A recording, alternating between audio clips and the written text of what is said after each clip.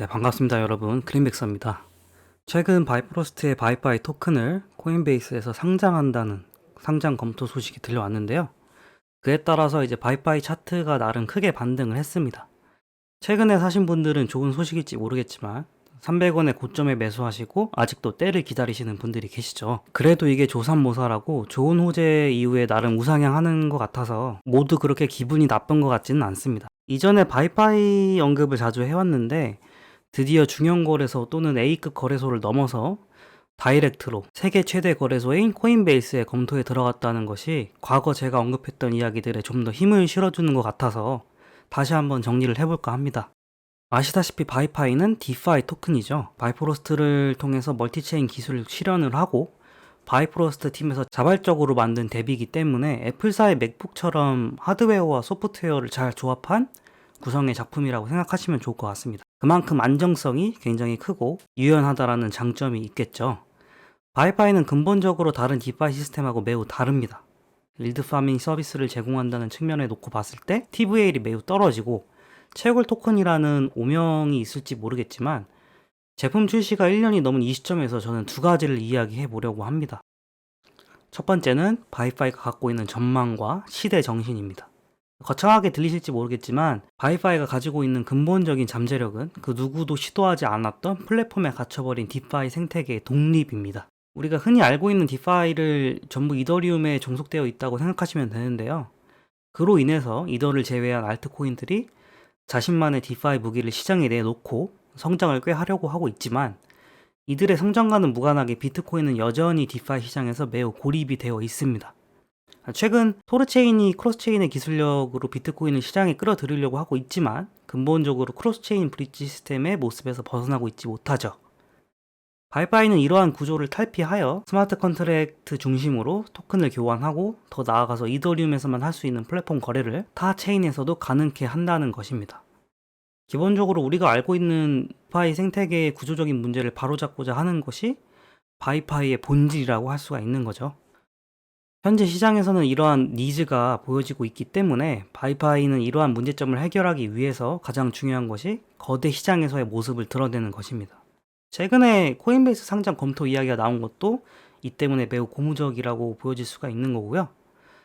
많은 국가들이 달러의 힘 앞에서 주저앉는 시점에서 위안화 같은 경우에는 리스크가 크고 미국과 적대적으로 돌아설 수가 있기 때문에 그렇다고 또 자국 통화를 채택을 하자니 힘이 없고 그러다 보니까 비트코인을 자체 통화로 채택을 해서 문제를 타개해 가려는 모습들이 속속히 나오고 있습니다. 그 외에도 바이낸스 같은 경우엔 토르체인 그리고 최근에 하모니 같은 그런 플랫폼에서는 비트코인을 어떻게 해서든 디파이 시장에 끌어들이려고 하는 그러한 조짐들이 보이고 있는데 비트코인이 디파이 시장에 제대로 모습을 드러내는 날이 곧 올 것 같아요. 바이파이가 갖고 있는 특화된 기술로 비트코인을 중간에 래핑이나 브릿징 같은 3자의 특화된 기술 없이 안전하게 특히 스마트 컨트랙으로 쌍방향에서 동시에 컨펌을 받는 기술을 구현을 해서 더 안전한 방법으로 이용되는 이 방식은 디파이의 새로운 패러다임을 제시하기에 충분한 시장성과 자본력을 동시에 가질 수 있는 최고의 암호 자산이 되지 않을까라는 개인적인 추측을 하고 저는 홀딩을 하고 있습니다. 이뿐만이 아니라 최근에 많은 업데이트가 이루어지면서 바이파이가 작년과는 매우 다른 모습을 보여주고 있는데요. 하나하나 짧게 나열을 하자면 바이파이 X를 통해서 중앙거래소 없이 마진 거래와 일드 파밍을 좀 더 쉽게 접근할 수 있다는 거고 아주 최근에는 오올리라는 상품을 내놓아서 바이파이 X의 비주얼적인 접근성을 높이고 바이파이를 이용하는데 더 용이해졌습니다. 이번에 코인베이스 상장 검토 호재도 이런 소비자 중심의 서비스를 높게 사지 않았나 개인적으로 예측을 해봅니다. 바이파이가 채굴 토큰이라고 생각해왔던 작년과는 다르게 올해 다양한 서비스를 출시하고 보안에서도 인정받고 있고 서비스를 극대화시키고 단일화시키는 데 큰 역할을 하고 있기 때문에 올해 바이파이는 가치 토큰으로 변모를 하고 있다. 저는 이렇게 보고 있고요. 만약에 이런 시장성과 잠재 능력을 파악을 하고 계셔서 홀딩을 하고 계시는 분들이 계시다면 아마 그분들은 저와 동일한 경로로 투자를 하신다고 보시면 좋을 것 같습니다. 가치 토큰으로서 부상을 하기 위해서 실제로 바이파이는 여러 가지 시도를 해왔고요. 바이파이 X를 통해서 바이파이 토큰을 수수료로 제공을 하고 있는 토크노믹스를 보여주고 있고 체인러너 Q에서도 바이파이를 쓸 수 있도록 해서 바이파이 기능 선택을 소비자에게 장려를 하고 있고요.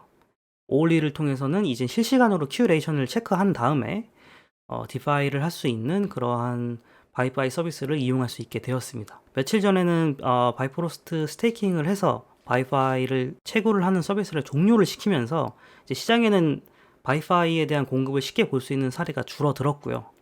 안 그래도 작년 말에는 바이파이 다오를 출시를 해서 보상 비율을 낮추는 투표를 진행을 했었기 때문에 바이파이가 토크노믹스를 위해서 굉장히 노력을 하고 있고, 코백 상장까지 덧붙여서 유동성이 풍부해지고 공급은 낮아진다면 가치가 올라가는 마법을 경험할지도 모르겠다는 개인적인 소견입니다. 그뿐만이 아니라 이제 메인넷이 곧 출시가 되는 이 시점에서 바이파이가 3분기에 마이그레이션을 합니다.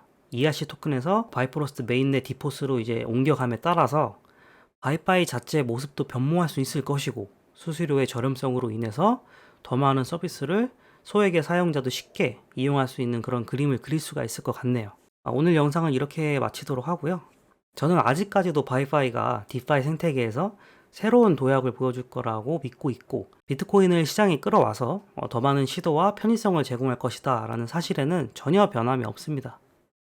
분명히 시장에서는 디파이를 통합을 하는 것에 대해서 반대하는 사람이 없을 거기 때문이죠. 그렇기 때문에 바이파이가 갖고 있는 사명이 특별하다라는 결론을 지을 수가 없고요. 바이파이는 이전에 말씀드렸던 것처럼 바이브로스를 홍보하기 위한 파이랩 재단의 최강의 마케팅이다, 이렇게 생각하시면은 각자의 결론에 도달하는데 또 도움이 되지 않을까 싶습니다. 이렇게 바이파이에 대해서 한번 더 짧게 알아봤고요. 저는 다음 영상에서 다시 찾아뵙도록 하겠습니다. 감사합니다.